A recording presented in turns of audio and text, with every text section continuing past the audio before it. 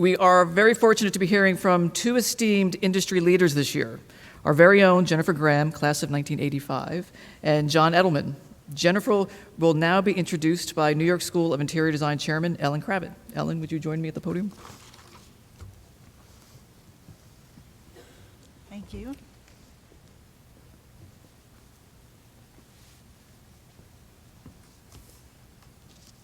Thank you, President Sproles.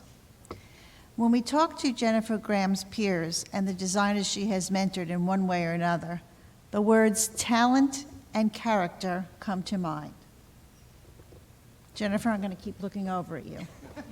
Okay.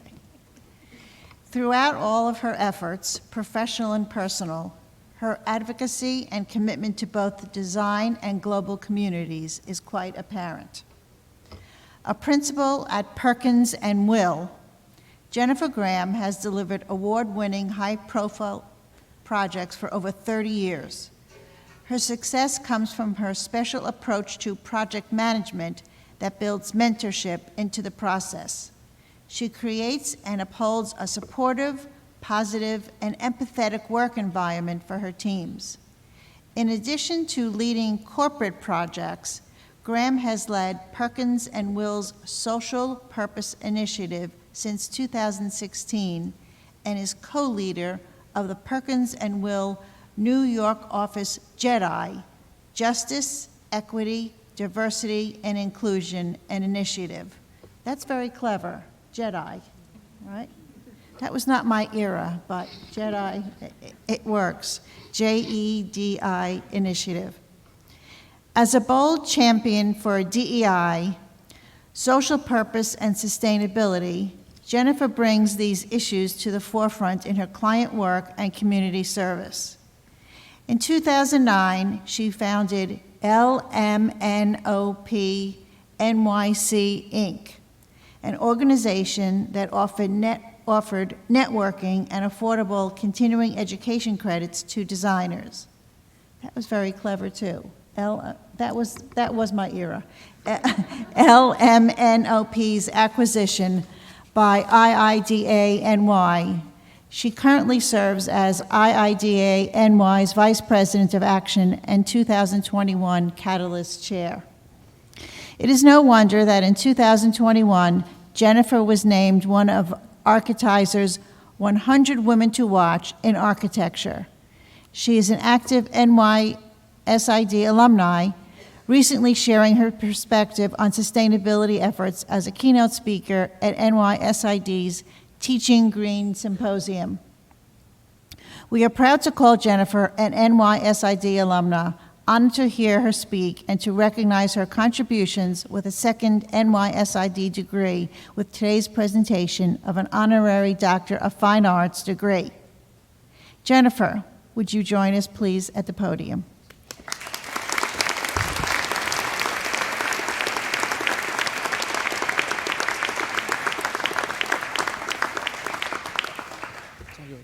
Thank you. Well, good morning, fellow graduates. We made it, right? Who's 2021 and 2022? Put up your hands. Yeah. And who's 2020? We're not forgetting you. Yeah, that's fantastic. It is so exciting to be here today. And it was great to meet some of you at last night's MFA Awards presentation. I wish that I had been there on Monday as well. But I see some faces in the crowd that were so welcoming to me and my sister who's here today, so thank you. So in my case, it took me a little longer to get to this point on this stage, but I remember when I was at NYSID, and I thought that it would be never-ending. I pursued my MBA at NYU a few years later, and I thought that would be never-ending. And right, like this young lady at the front, it was like a dream, right? It was all a dream. But we are here today, it's a reality, and I'm really excited to be here with you because the years just go by in a blink of an eye. So I was introduced to NYSID by a fellow alum, Jean Blondin, who was a designer and decorator in my home land, Barbados. And I came to the US 40 plus years ago to attend college here. Those 40 years have also gone by in a blink of an eye. So there are so many experiences and events that have brought me to this stage to be with you today. But before I share my experiences, I would like to thank President David Sproles, Vice President Dr. Ellen Fisher, and Board of Trustees Chairman Ellen Kravitt for recognizing me with this honorary degree. I'm humbled, and I have to say, honestly astonished. There are so many professors, teachers, lecturers, past and present, with whom I'd also like to thank, but I cannot name all. I thank my NYSID community, and I owe thanks to my professional peers and colleagues, some of whom with me here today from Perkins&Will. And I'd like to thank my dear friend Michelle Smalley, and last but absolutely never least, my family, my eldest sister Jillian, who's representing my family today, and my children Jude and Lorraine.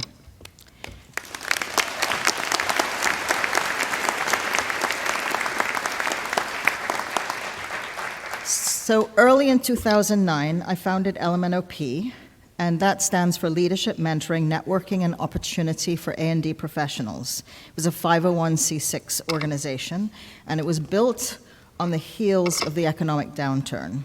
And at that time, a remarkably high number of professionals found themselves out of work, and our industry was challenged with how to keep talent and help professionals keep up their accreditations and connections. My co-founder, Stephanie Caminato Wolfson, and I developed this networking organization to help each other through the crisis. And I hear that's a theme from today. We really cannot do this on our own. So being a family of design professionals is really what keeps us together and moving forward. We provided affordable IDC, EC, CEU accredited workshops on the business of design. And with Michelle Hill as executive administrator, it blossomed into a thriving volunteer-led industry networking and mentoring organization with an outreach of 1,300 plus people.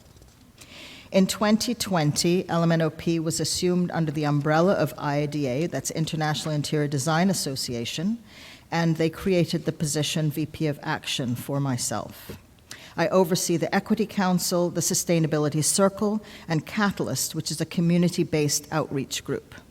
So I'm here to share some advice from my experiences. And there are three central themes for me. The first is to find acceptance.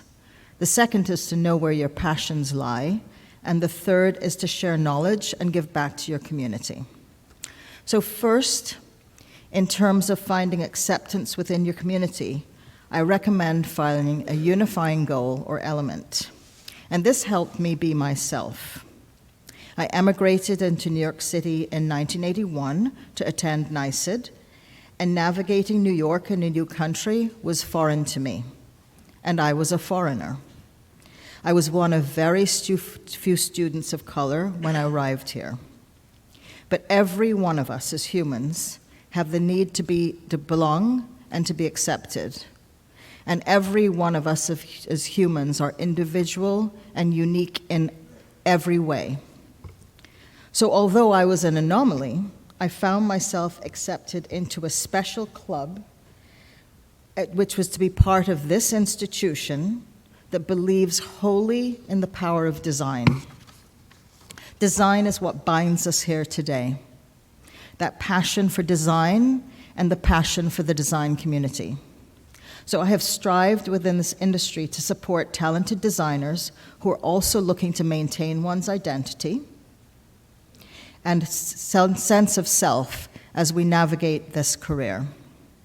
I'm committed to continue supporting NYSID's DEI Commission, as I've also committed to our industry to be an advocate for equity and diversity, supported by my current role within IDA and Perkins&Will. My second theme about where your passions lie, when I graduated from NYSID, I pledged myself to the field of interior design. The driving focus within design for me is the human aspect of design and how design transforms lives. I've been fortunate to work on various projects within finance, technology, law, advertising, hospitality, healthcare, and private projects, to name a few. I chose interiors specifically because of the human-centric aspect. and I'm fortunate to be a principal at Perkins&Will, a firm that supports human-centric design and a firm that gives back to the community in a plethora of ways. As designers, we have the power to change people's lives through design. So when we design, we must think design for all. Design to create a special place that emits a sense of place for all, where people have a sense of belonging and can be their best selves. My third theme is to volunteer, to give back, to share your knowledge, and to mentor.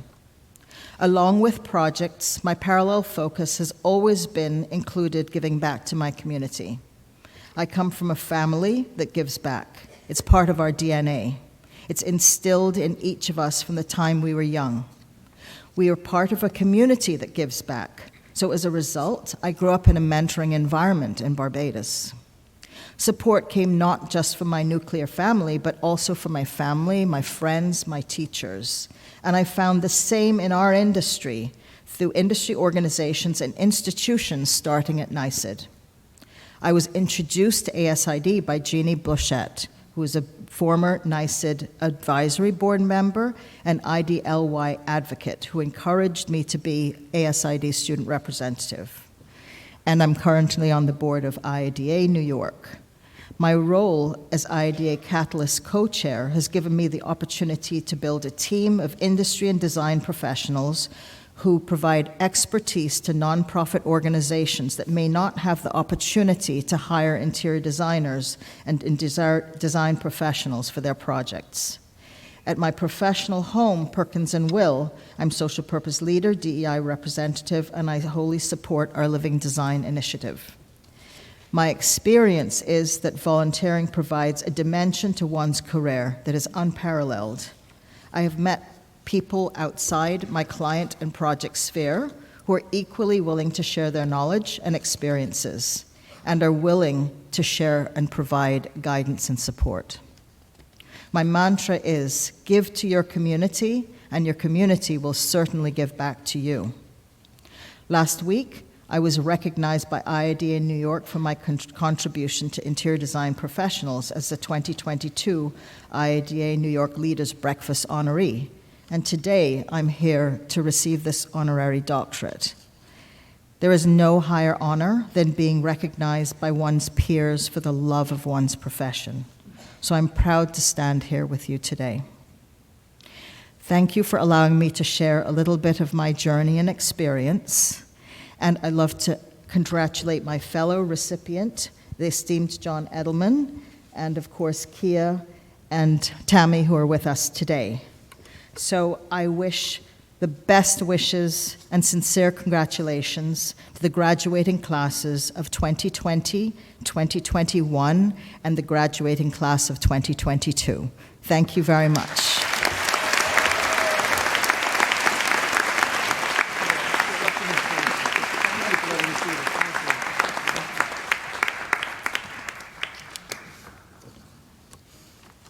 Thank you, Jennifer Graham, for those inspiring words of wisdom. We're honored to have you here today. Next, we'll hear from John Edelman.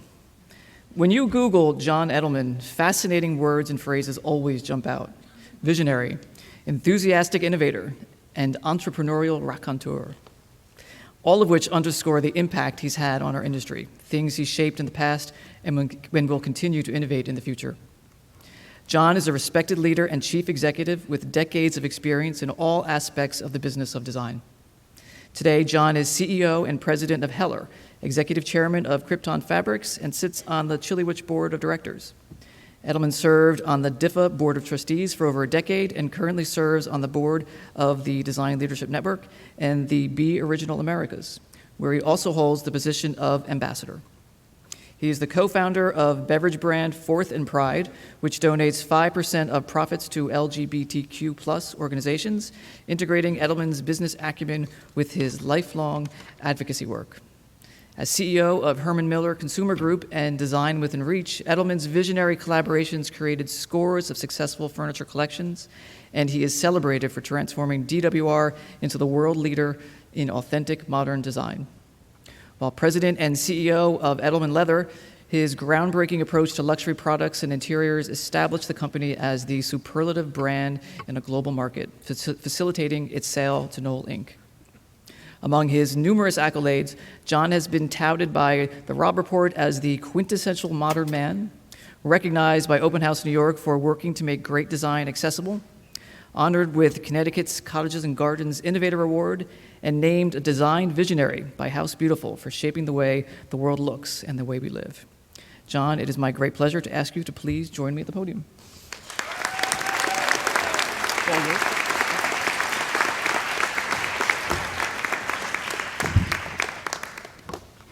Well,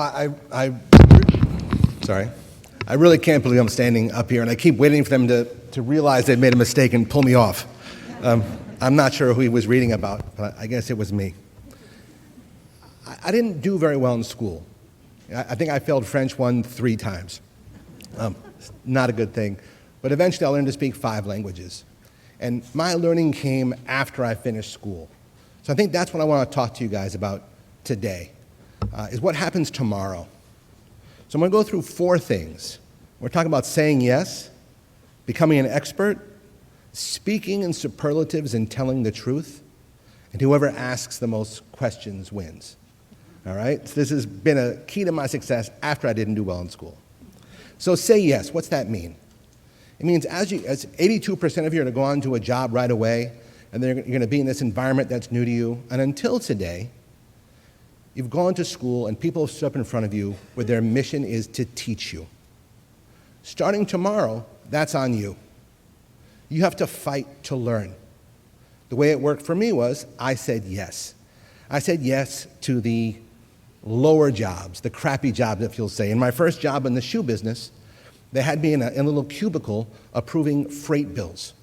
Now, I'm just out of college, I'm feeling great, and I'm locked in a cubicle approving freight bills. It's not glamorous.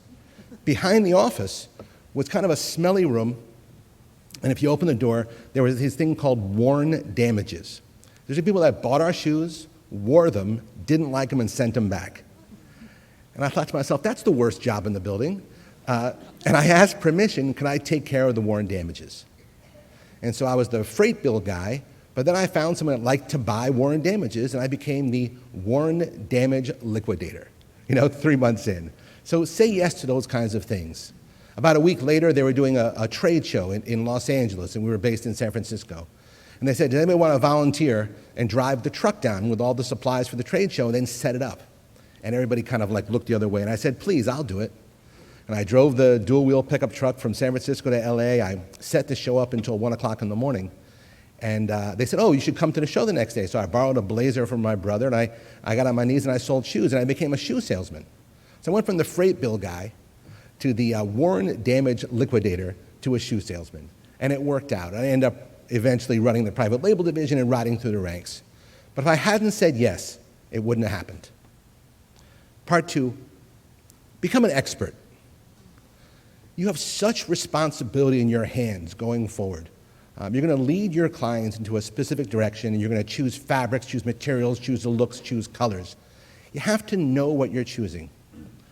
So I recommend any kind of vendor presentation, right? Any visit to a mill, visit to a tannery, visit to a furniture shop is so incredibly important because there's a lot of things they don't teach in school thus far.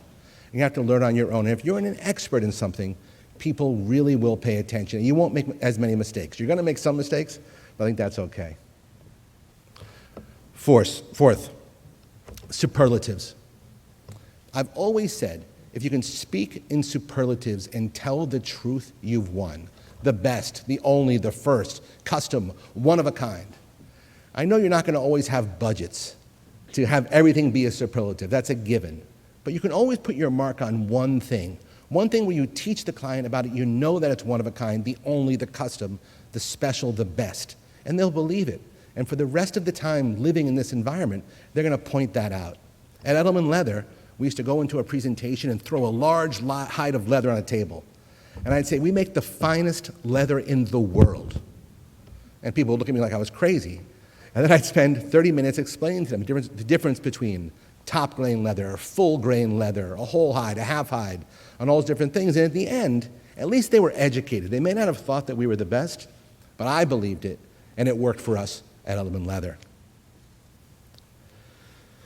The fourth part is, now that you've learned to say yes, you become an expert on some things, and you can speak in superlatives and tell the truth. It's whoever asks the most questions wins. And it takes me back to a story when I was in one of our stores at Design Within Reach, in the Flatiron. The Flatiron store was amazing. Constant people buying stuff all day long, the most beautiful product in the world. And I just finished a training with my people, teaching them my different methodology. And a client came in, and one of my people just kind of jumped on the client in a very nice way. They walked up, they handed them a water right away, and they greeted him to Design Within Reach. And he started to teach him about the Eames Lounge and Ottoman, probably the best-selling lounge and ottoman in the world. He's told them how it originated when Charles and Ray Eames were at Cranbrook, and with Saarinen and Florence Knoll, and Saarinen Sr. was the dean, and how modern was born at Cranbrook, and how it was happening in Denmark at the Royal Danish Academy under Clint, and you had Arnie Jakobsen and Hans Wegner going to school, and they were inspired by the Ming chair, and that's why their design looks a little bit more Asian, and the Americans were more about technology with bent plywood. And they talked about how they didn't have a use for the bent plywood, so they used them as splints in the Korean War. And they told him how the chair was supposed to fit you like a glove, and they only used super soft materials. And when he finished, I was almost in tears. I had never heard a better presentation in my life. All my work thus far, with 800 employees and 40 stores and millions of catalogs, had paid off, and I was with such pride. And I watched the customer just stand there and look at him, and the customer said, "But I'm looking for a bed." So it's your job to know they're looking for a bed. It's your job to know everything about them. You're their therapist. You're their psychologist. Your job is to make their lives better, but the life that they want, not what you want them to have. It's that learning up front. Whoever asks the most questions wins. That will lead you to success. All right, so we've talked about say yes, we've talked about being an expert, we've talked about superlatives, we've talked about whoever asks the most questions wins. I'll just do a couple more bonus lessons before I step off. One is be kind. Like, be really nice to everybody. You're working in a very elite field. The people that can buy, hire interior designers and have this work done are usually relatively well off. And there's a whole industry around them that works their tails off and doesn't get any credit. Be nice to the people that empty the garbage. You empty the garbage sometimes. Look what's inside the garbage. You'll learn something. Have empathy for everybody else that's involved. When you visit a factory, meet the stitcher, meet the upholsterer, right? Those are the people that make your dreams come true. And you don't do it for what happens after. Do it because it's the right thing to do. Like, things will be great later no matter what. But if you're nice to people, it gets better. Number two extra bit of advice, not in the original four, are choose people around you that bring out your best. We all know friends, and at this stage is when you start to separate, that bring out your worst, that don't let you bring your best every day, that don't nurture your strengths and kind of help you build on your weaknesses. If you can decide that early and know who those kind of people are, life will be amazingly better. I've had two. My business partner, who couldn't be here today because of a broken foot, John Mcphee, we worked together for 30 years through shoes, through leather, and through Design Within Reach. And he's the kind of guy that reads the small print, and I'm the kind of guy that hates it. So together, 1 + 1 = 3, and it really worked out. I would not be standing here without having him by my side for all these years. Second, if I don't cry, is my wife, who has the best aesthetic I've ever seen. We fell in love shopping the flea markets and developing our passion and love for modern, and who has only brought out the best in me forever. So with that, a little bit of wisdom, I thank the Board of Trustees. I'm humbled to be in the same group as these people, and I wish you like the best life you can possibly imagine in an amazing field that has been phenomenal to me. I look forward to giving back still what it gave to me. Thank you.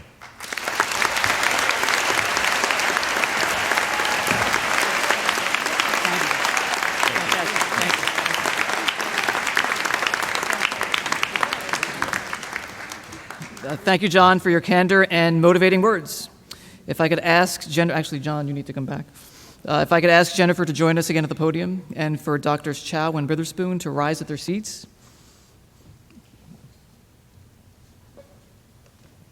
At this time, we are pleased to present both Jennifer Graham and John Edelman, the New York School of Interior Design's highest honor, the Honorary Doctor of Fine Arts, with all the rights, privileges, and immunities appertaining thereto.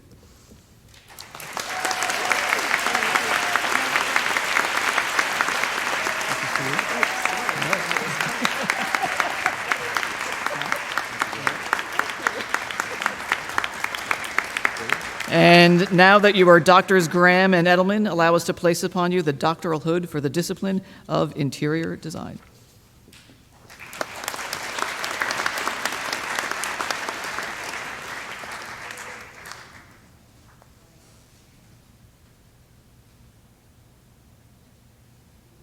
Button back here, so hold on. There we go. Now this one's going to be challenging. I think they had mine custom made.